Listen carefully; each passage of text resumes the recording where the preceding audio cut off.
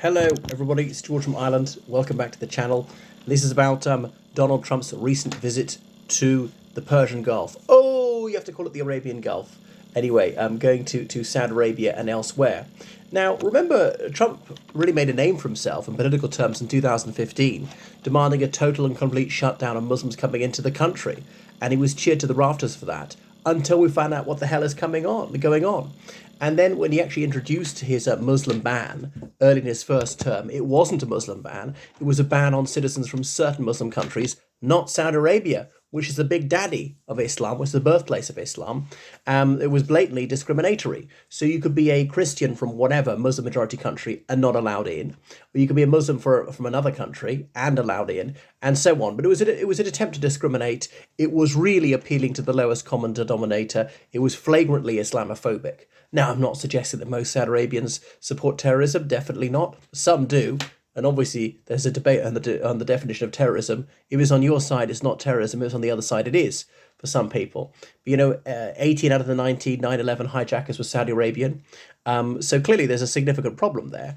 And the Saudi Arabian government has supported Islamist terrorism around the world, and indeed suffer from it, because there's some people who are just too medieval, even for the Saudi Arabian regime. And the American friendship with the Saudi regime makes a mockery of its claims to be spreading democracy around the world. Saudi Arabia, one of the most autocratic countries in the world, where there's no such thing as a fair trial, where there is no freedom of expression, where you can spend years in prison in ghastly circumstances for simply opining, not inciting violence at all, where peaceful protest is equated with terrorism in the courts, and, where torture is used in a very wide scale, where there's the death penalty for all sorts of offences like witchcraft. Do their witches fly around on broomsticks like our one used to, where there's a lot of people in semi-slavery and so forth? And of course, the US doesn't push them on these ones. Friends and allies. Someone like Dick Cheney will be calling the Saudi regime friends and allies when he was vice president. And then whilst denouncing Islamic extremism, but sucking up to one of the worst regimes there is, which is not that much more moderate than the Taliban. And it has improved in the last few years. Saudi Arabia, I have to hand them to that. Not remotely anti-Saudi Arabian. I used to live there as a child. The Saudi Arabians I considered friends. But they're often victims of the regime.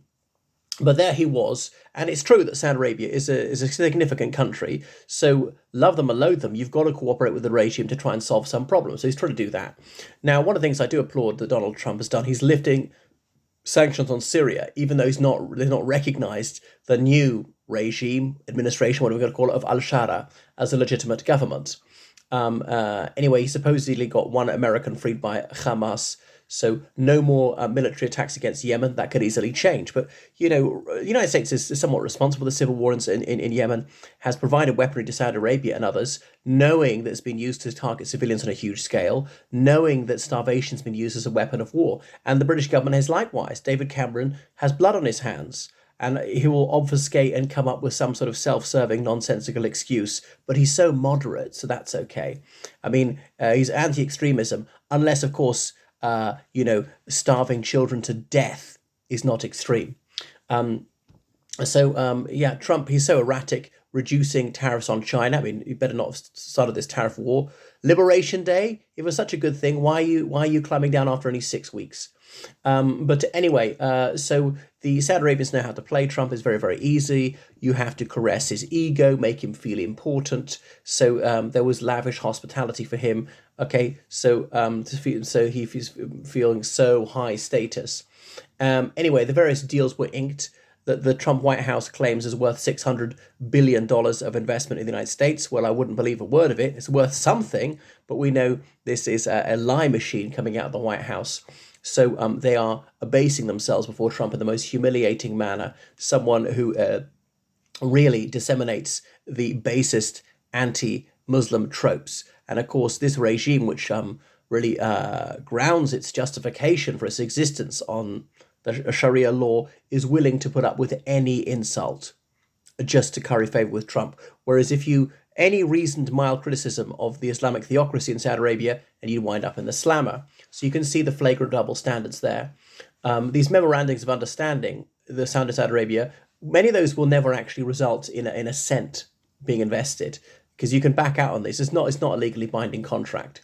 So the Saudi Arabians, they've often played honest broker mediating between Saudi Arabia and Ukraine, the Qataris, the Emiratis as well. But Trump agrees with Saudi Arabia on the need to contain Iran. But the Iranian regime is not as brutal as the Saudi Arabian one. It's not as inequitable.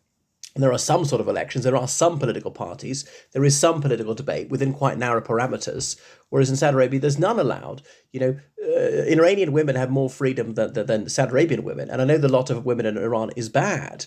They didn't have the guardian system, they could go where they want, they could leave the country, and so on. They didn't need permission like they did in Saudi Arabia, and women are getting away without wearing the hijab in Iran a lot. Anyway, so Trump has said he's against American military intervention, no nation building in the Middle East, and maybe he's right on that one. So this played well with the Saudi Arabians, partly because obviously you let the regime get away with oppression, and he's not going to say a word against what they're doing. The US has supposedly managed to get India not to take such strong action against Pakistan. Pakistan is obviously said and led by Saudi Arabia because they desperately need Saudi Arabian succor. And there are a lot of Pakistanis working there, other Gulf Arab countries sending back remittances. The financially difficult situation of Pakistan means they're really reliant on Saudi Arabian aid and loans and so on. But you see American hypocrisy again. If there was a major terrorist attack on the United States, 26 civilians murdered, the US would not be talking moderation. They would say, we'll hit them back with whatever I've got. But India just has to take it and not seriously respond, considering India's been through this for decades. So why shouldn't they hit back? Goodness. So that's it. The Saudi Arabians will not like Trump's idea of a deal with Iran, and he said one is very, very close. The United States and indeed the world had a deal with the Islamic Republic of Iran, the Joint Comprehensive Plan of Action, commonly known as the Iran deal, which Trump tore up, despite the United Nations, despite the United States itself saying that the Iranians were abiding by it with scrupulosity. The US did not uphold its end of the bargain, and the Iranian regime quite rightly said, fine. If we play by the rules and you don't, well, then we're absolved from upholding our end of the bargain, and we're going to enrich more uranium. Iran is now closer to a nuclear bomb than ever before, and that's Trump's fault. And they weren't moving that direction till he shredded the deal several years ago. Biden didn't put it back. Had he done so, the Republicans would have said, oh, he's so feeble and so on.